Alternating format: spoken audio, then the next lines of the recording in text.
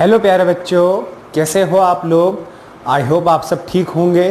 तो अब तक हमने फ्रिक्शन के बारे में सब कुछ पढ़ लिया है, मतलब काफ़ी कुछ पढ़ लिया है हमने फ्रिक्शन के बारे में। बेसिक्स पढ़ लिया, टाइप्स पढ़ लिए, एंगल ऑफ फ्रिक्शन पढ़ लिया, एंगल ऑफ रिपोज पढ़ लिया, और पुश एंड पुल में पुल आसान क्यों होता है, पुश टफ क्यों होता है, ये भी पढ़ लिया। आज हम अच्छे लेवल के न्यूमेरिकल्स जो स्कूल में आपको आ सकते हैं उस तरह के न्यूमेरिकल्स प्रैक्टिस करेंगे। कनेक्टेड बॉडीज वाले न्यूमेरिकल प्रैक्टिस करेंगे कि जब दो बॉडीज कनेक्टेड हो तो क्या होता है। सूडो फोर्स पढ़ेंगे। सूडो फोर्स पे एक बेहतरीन एग्जांपल है एनसीईआरटी में, उसको देखेंगे। अगर वीडियो की लेंथ बहुत ज़्यादा लंबी ना हुई तो हम सर्कुलर मोशन करने का भी ट्राई करेंगे। तो चलिए शुरू करते हैं। अच्छा बच्चों, एक क्वेश्चन मेरे दिमाग में था कि ये एक इंक्लाइंड वेज है जिसके ऊपर 10 kg का मास रखा हुआ है, और यहां पे ये एंगल है 37 डिग्री। ठीक है, इस पे इधर एक फोर्स लग रहा है जिसकी वैल्यू है 4 न्यूटन, जिसकी वैल्यू है 4 न्यूटन। हमें गिवन है कोफिशिएंट ऑफ स्टैटिक फ्रिक्शन है हमारा 0.4, और coefficient of kinetic friction given है हमारा 0.3। जैसा कि मैंने आप लोगों को बताया था पहले भी प्यारे बच्चों कि स्टैटिक फ्रिक्शन का कोफिशिएंट और काइनेटिक फ्रिक्शन का कोफिशिएंट कभी भी सेम होते नहीं हैं। 90% केस में न्यूमेरिकल्स में एक ही म्यू लेके चलते हैं, इसको म्यू से डिनोट करते हैं हम, एक ही फ्रिक्शन कोफिशिएंट लेके चलते हैं, लेकिन आइडियली ऐसा होता नहीं है। यहाँ पे इस क्वेश्चन में फिलहाल हमें 2 गिवन है, और क्वेश्चन में पूछा क्या है,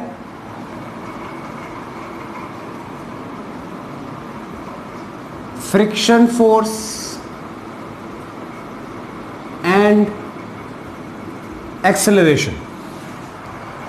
तो बच्चों, जब मैंने आपको फ्रिक्शन पढ़ाया था तो मैंने ये कहा था कि जब तक अप्लाइड फोर्स की वैल्यू लिमिटिंग फ्रिक्शन को क्रॉस ना कर दे, सपोज करो एक फ्रिक्शन की वैल्यू है हमारी 5 न्यूटन, और अप्लाइड फोर्स जब तक 5 न्यूटन से एक्सीड नहीं करेगा, भले ही वो 5.1 न्यूटन हो, तब तक ब्लॉक मूव नहीं करेगा। अगर वो 5.1 न्यूटन फोर्स भी हो गया तो वो 0.1 न्यूटन के हिसाब से एक्सेलरेशन करना शुरू कर देगा, लेकिन 5 तक वो नहीं करेगा, क्योंकि 5 जो है लिमिटिंग फ्रिक्शन की वैल्यू है, यानी कि मैक्सिमम स्टैटिक फ्रिक्शन की वैल्यू है। अगर आप लोगों को ये बातें समझ में नहीं आ रही बच्चों, तो आप पिछली 2 वीडियोस मेरी फ्रिक्शन के ऊपर जाके एक बार देख लीजिए, फिर ये सारा कॉन्सेप्ट आपका क्लियर हो जाएगा। चलिए यहाँ बढ़ते हैं। तो सबसे पहले तो हम यही देख लेते हैं कि लिमिटिंग फ्रिक्शन की वैल्यू क्या है। F limiting will be mu s into n। अब जरा यहां पे हम रिजॉल्व कर लें एक बार। यहां पे लगेगा 10g, mg होता है तो मैंने 10g लिख दिया। यहां लगेगा आपका 10g cos 37, यहां लगेगा आपका 10g sin 37। ठीक है, और इसी के अपोजिट यहां लगेगा हमारा नॉर्मल, यानी कि n की वैल्यू 10g cos 37 होगी। तो हम क्या लिख सकते हैं, 0.4 इंटू 10 इंटू जी की वैल्यू भी हम 10 ले लें। अब cos 37, तो बच्चों काइनेमेटिक्स में मैंने आपको ये ट्रायंगल बहुत बार पढ़ाया है कि अगर ये एंगल 37 डिग्री है तो ये 3 है, ये 4 है, ये 5 है, और ये एंगल होता है 53 डिग्री। ठीक है, ये 53 डिग्री एंगल होता है। तो cos 37 यहां से क्या होगा, 4/5।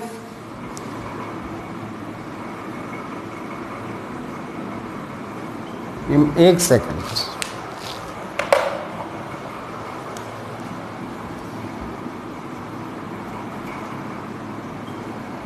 4/5 होगा। ठीक है, जरा इसको सॉल्व करें। 2.880 32 न्यूटन।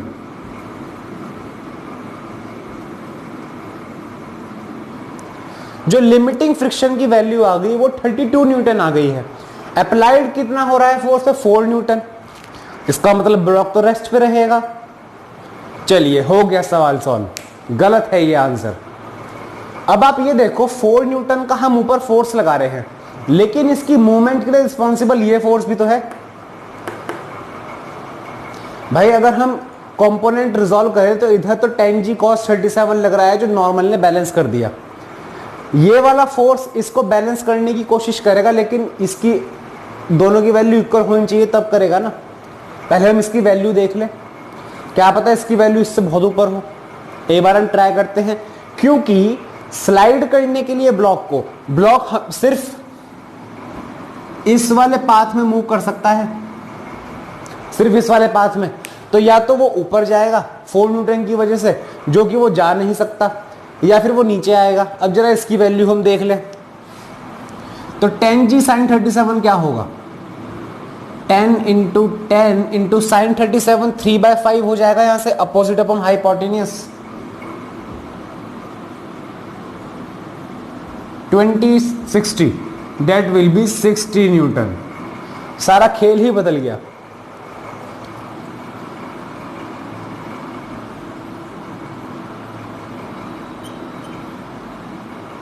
ये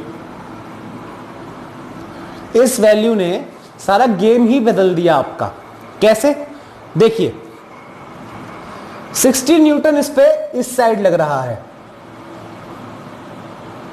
और 4 न्यूटन इस साइड लग रहा है, ये वाला। तो 60 माइनस 4 56 न्यूटन इस डायरेक्शन में net force.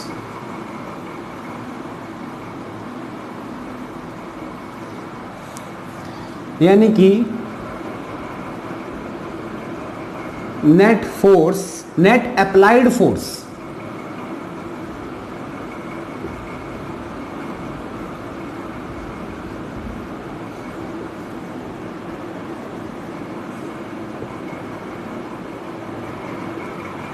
(56 Newton.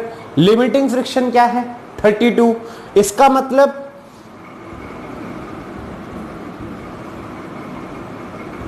Block will slide down. ठीक है। अच्छा, जब ब्लॉक स्लाइड करेगा तो जाहिर सी बात है कोई एक्सेलरेशन होगा। अब हमें वो निकालना है। तो by Newton second law of motion हम कहते हैं कि F net is equals to M A होता है। एफ नेट क्या होगा, एक तो 56 न्यूटन का फोर्स है माइनस फ्रिक्शन जो लग रहा होगा इज इक्वल्स टू 10 इंटू ए। अब जरा फ्रिक्शन की बात करें हम, जब तक बॉडी रेस्ट पे रहती है स्टैटिक रहता है, फिर लिमिटिंग होती है स्टैटिक की मैक्सिमम वैल्यू। उसके बाद जब ब्लॉक मूव करना शुरू कर देता है ना बच्चों, तो काइनेटिक फ्रिक्शन लगना शुरू हो जाता है। यानी कि ये होगा काइनेटिक, ये होगा काइनेटिक। अच्छा, काइनेटिक लग रहा है तो इसकी वैल्यू क्या होगी, इसकी वैल्यू होगी म्यू के इंटू एन। अब जरा 0.3 इंटू एन लगा के देखो क्या आ रहा है आंसर, म्यू के इंटू एन।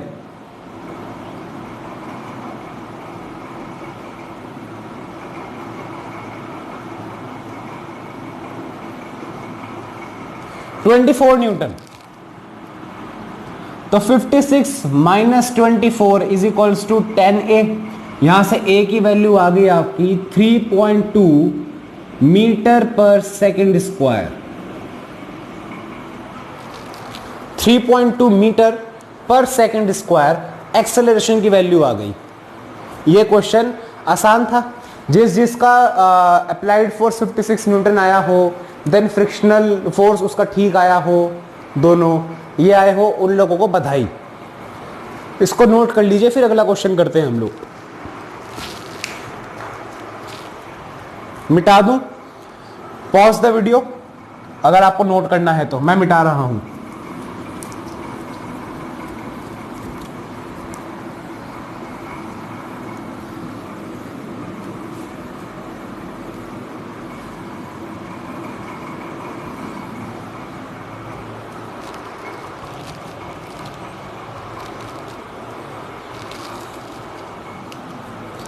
अच्छा बच्चों, एक क्वेश्चन और है,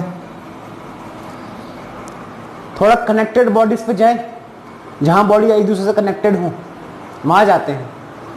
ठीक है, एक क्वेश्चन है कि ये एक अरेंजमेंट है,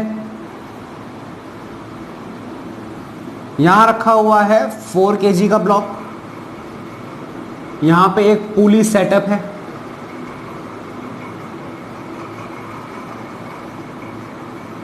यहां है 6 kg का block. Coefficient of friction between 4 kg block and the floor is 0.2।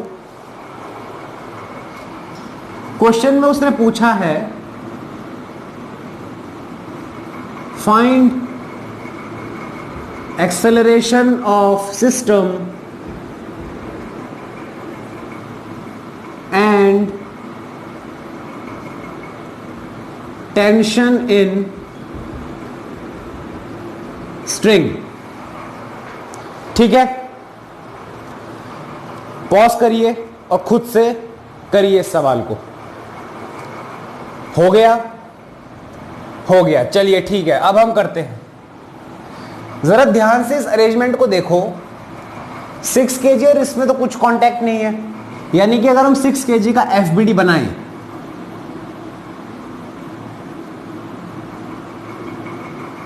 तो नीचे तो लग रहा होगा 6G और ऊपर लग रहा होगा टेंशन। यहां पे हम टेंशन बना सकते हैं, इधर टेंशन, इधर टेंशन, ऊपर टेंशन लग रहा होगा। तो अगर हम इसकी, अच्छा एक चीज और, लॉजिकली जरा सोचो कि एक्सेलरेशन किस डायरेक्शन में होगा सिस्टम का। ये ब्लॉक बड़ा है, ये ब्लॉक छोटा है, पहला पॉइंट इस फेवर में आ गया। ये कांटेक्ट में नहीं है इसलिए फ्रीली फॉलिंग है, ये कांटेक्ट में है, थोड़ा फ्रिक्शन भी है, तो भी इधर एक्सेलरेशन लगना चाहिए। इधर कोई फोर्स भी नहीं खींच रहा इसको, जो हम बोल दे कि नहीं ये ऊपर की तरफ खींच जाएगा, तो भी, तो जाहिर सी बात है लॉजिकली हम सोचे तो एक्सेलरेशन की डायरेक्शन ये होगी और यहां पर ये होगी, और पूरा एक्सेलरेशन स्ट्रिंग सेम है तो सेम रहेगा, क्योंकि स्ट्रिंग भी सेम है और टेंशन भी सेम रहेगा। तो इसकी नेट फोर्स क्या है 6 kg पे? 6G माइनस टी, और नेट फोर्स क्या होता है? ma। ये हो गया। जरा इसकी बात करें तो इस पे इधर टेंशन फोर्स लग रहा है और ये मूव भी इस डायरेक्शन में कर रहा है, तो यानी कि टेंशन फोर्स की वैल्यू बड़ी है, माइनस फ्रिक्शन पीछे की तरफ, mu into N is equals to 4a। Mu N की जगह मैं क्या रख सकता हूं? ये mg है, ये n है, तो mg रख सकता हूं यानी कि 4g, और म्यू की वैल्यू क्या है? 0.2 इंटू 4 इंटू जी। ये हो गई इक्वेशन 2। जरा 1 प्लस 2 करो तो 6G minus T plus T minus ये, तो t से t तो कैंसिल हो जाएगा, ये आंसर आएगा आपका 6G minus 0.2 into 4G is equals to 10a। ठीक है, ये 60 होगा, जाहिर सी बात है, माइनस ये 40 इंटू 2 88, ये 40 हो जाएगा, 40 इंटू 0.2 कितना होता है? 8 इज इक्वल्स टू 10a। तो a की वैल्यू क्या आ गई आपकी? 5.2 मीटर पर सेकंड स्क्वायर।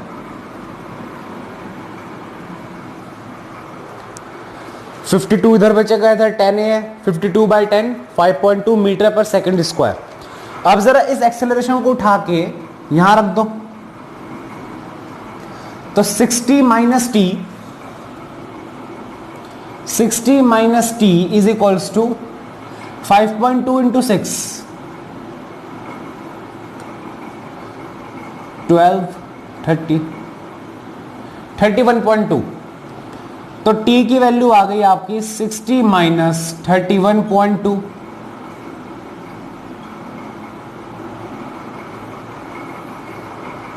28.8 न्यूटन। आसान था क्वेश्चन, बहुत आसान था। नोट कर लीजिए। एक और क्वेश्चन देखते हैं हम इसी तरह का।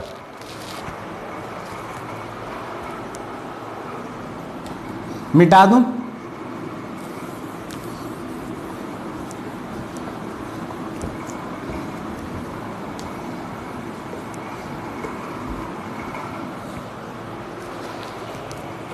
जब मैं कहता हूं कि नोट कर लीजिए तो नोट कर लिया कीजिए, क्योंकि सिर्फ वीडियो देखने से कोई फायदा नहीं होगा अगर आप इसके नोट्स नहीं बना रहे हैं बच्चों। और दूसरी बात, जब मैं कहता हूं कि क्वेश्चन सॉल्व करो तो क्वेश्चन को पॉज करके सॉल्व करने की कोशिश करो, तभी कुछ फायदा है सीखने का। चलिए आगे बढ़ते हैं। ये क्वेश्चन आप खुद करेंगे।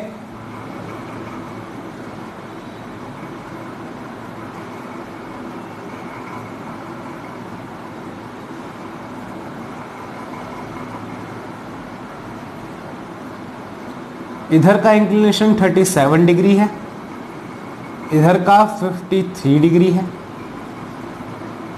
इधर एक ब्लॉक है 5 kg का, इधर एक ब्लॉक है 10 kg का। ठीक है, दोनों जुड़े हुए हैं आपस में पुली के थ्रू।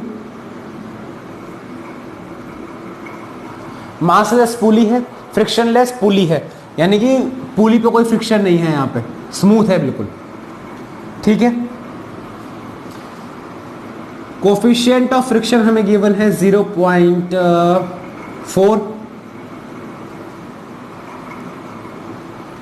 तो क्वेश्चन में उसने पूछा है फाइंड एक्सेलरेशन एंड टेंशन।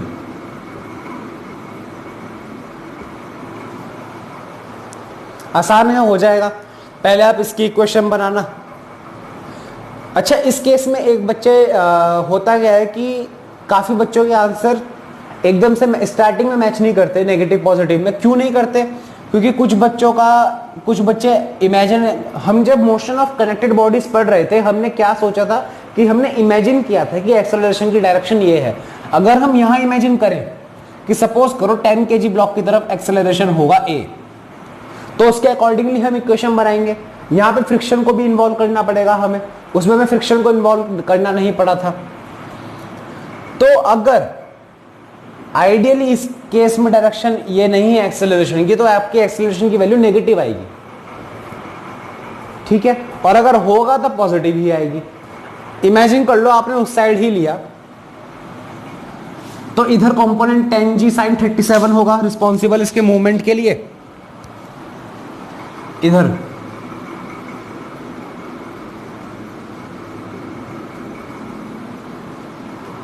क्या होगा? mg sin 53। ठीक है, तो अगर हम उसकी इक्वेशन बनाएं और हम मान रहे हैं कि मूव इस साइड कर रहा है, तो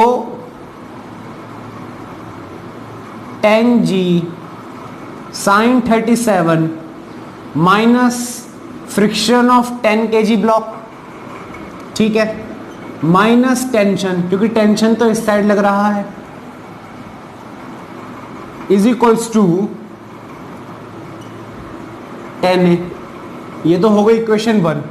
इसकी बनाए तो टेंशन इधर लग रहा है और ये मूव भी इधर की तरफ ही कर रहा है, क्योंकि हमने एज्यूम करा है ये बात।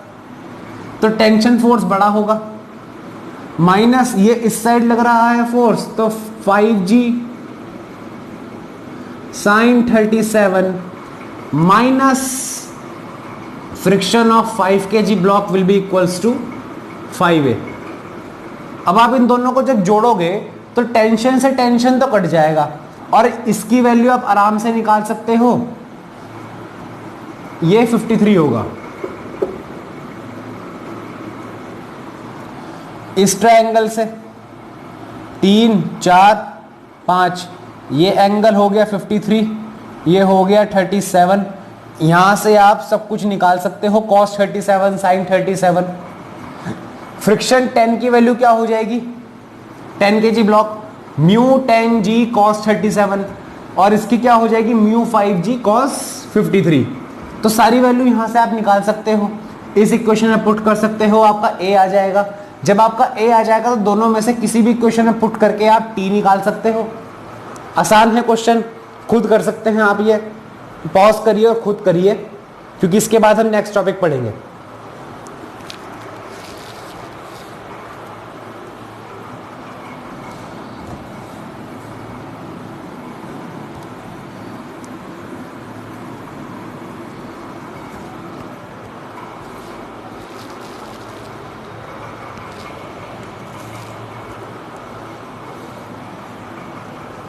चलिए,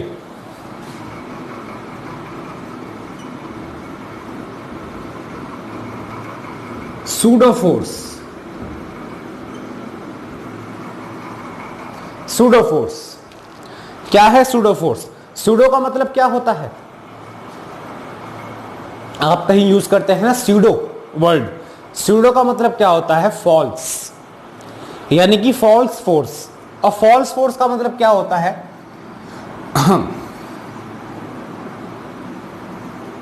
सपोज करो कि एक ये ब्लॉक है जिसका मास है m, इसके ऊपर एक छोटा ब्लॉक है जिसका मास है स्मॉल m। ठीक है, चलिए अब हम देखते हैं।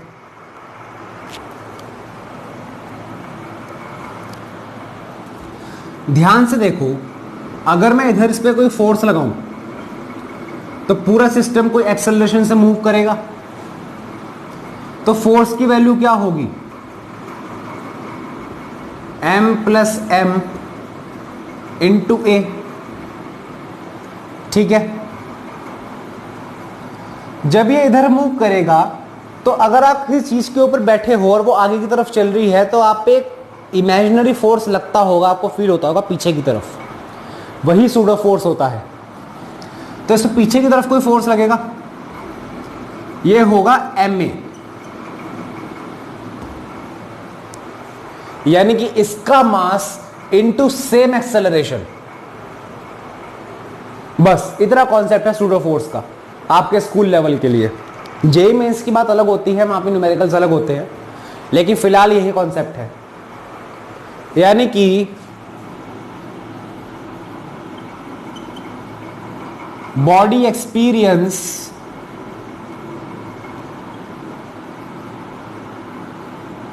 a false force in opposite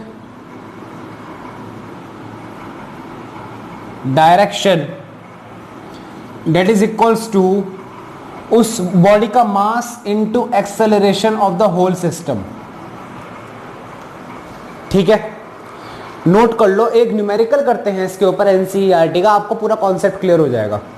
इसको नोट कर लो पहले आप लोग।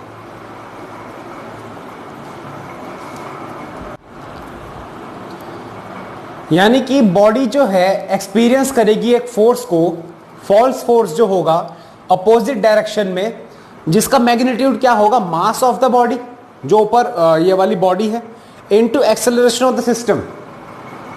ठीक है, इसको आप नोट कर लीजिए। फिर हम आगे एक न्यूमेरिकल करते हैं एनसीईआरटी का, पूरा कॉन्सेप्ट आपको माइंड में क्लियर हो जाएगा कि क्या हो रहा है इसमें। नोट करो इसको।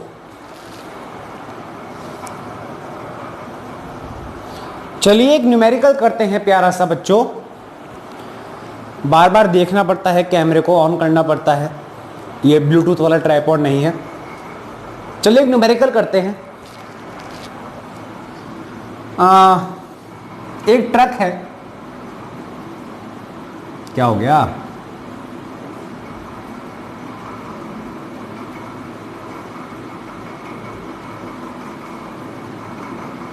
ये मारकर के भी ड्रामे खत्म नहीं होते। ये एक ट्रक है जिसके ऊपर एक बॉक्स रखा हुआ है 40 kg का। ट्रक का एक्सेलरेशन 2 मीटर पर सेकंड है। ठीक है, coefficient of friction between truck surface and the block is 0.2 और ये डिस्टेंस जो है रियर साइड ऑफ ट्रक और इसके बीच का ये है 5 मीटर। तो क्वेश्चन में उसने पूछा है फाइंड एक्सेलरेशन ऑफ ब्लॉक, दूसरा time taken to fall of the truck,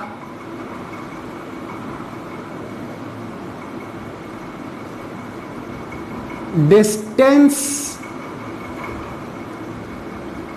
traveled by truck in mean time। यानी कि 5 मीटर के चलने के बाद, गिरने के बाद उसको कितना टाइम लगेगा, किस एक्सेलरेशन से वो चलेगा कि 5 मीटर पे गिर जाए वो, और इतनी देर में, जितनी देर में वो गिरेगा ट्रक से, जितनी देर में ब्लॉक जो है ट्रक से नीचे गिरेगा उतनी देर में ट्रक कितना डिस्टेंस ट्रेवल कर लेगा। चलिए देखते हैं। अब सूडो फोर्स लगेगा इसके ऊपर पीछे की डायरेक्शन में और इधर लगेगा फ्रिक्शनल फोर्स, तो नेट फोर्स कितना होगा, pseudo force minus frictional force is equals to m acceleration of block. और सूडो फोर्स में मैंने बताया था एक्सेलरेशन वही लगता है जो बॉडी का, पूरे सिस्टम का एक्सेलरेशन होता है। सिस्टम यहां ये पूरा है, इसका एक्सेलरेशन 2 मीटर पर सेकंड है, तो m इंटू ये m into acceleration of truck minus mu और n, mu M G is equals to M A B. तो m से m मर गया, एक्सेलरेशन ऑफ ट्रक कितना है 2 minus 0.2 into 10, sorry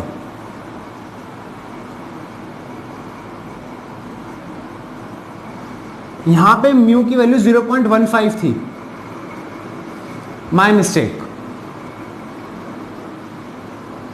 0.15 into 10 is 1.5, वो पूरा कैंसिल ही हो रहा है वरना, is equals to acceleration of block.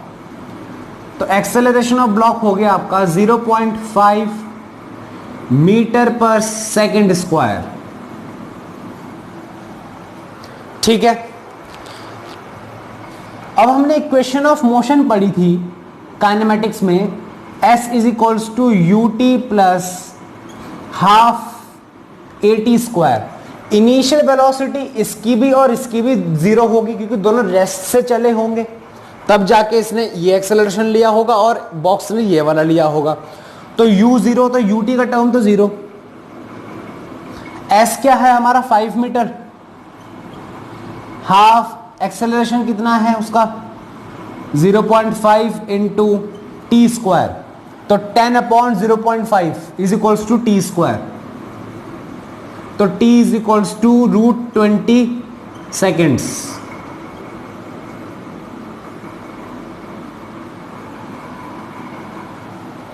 यानी कि √20 सेकेंड्स में हमारा ब्लॉक जो है वो ट्रक से नीचे गिर जाएगा।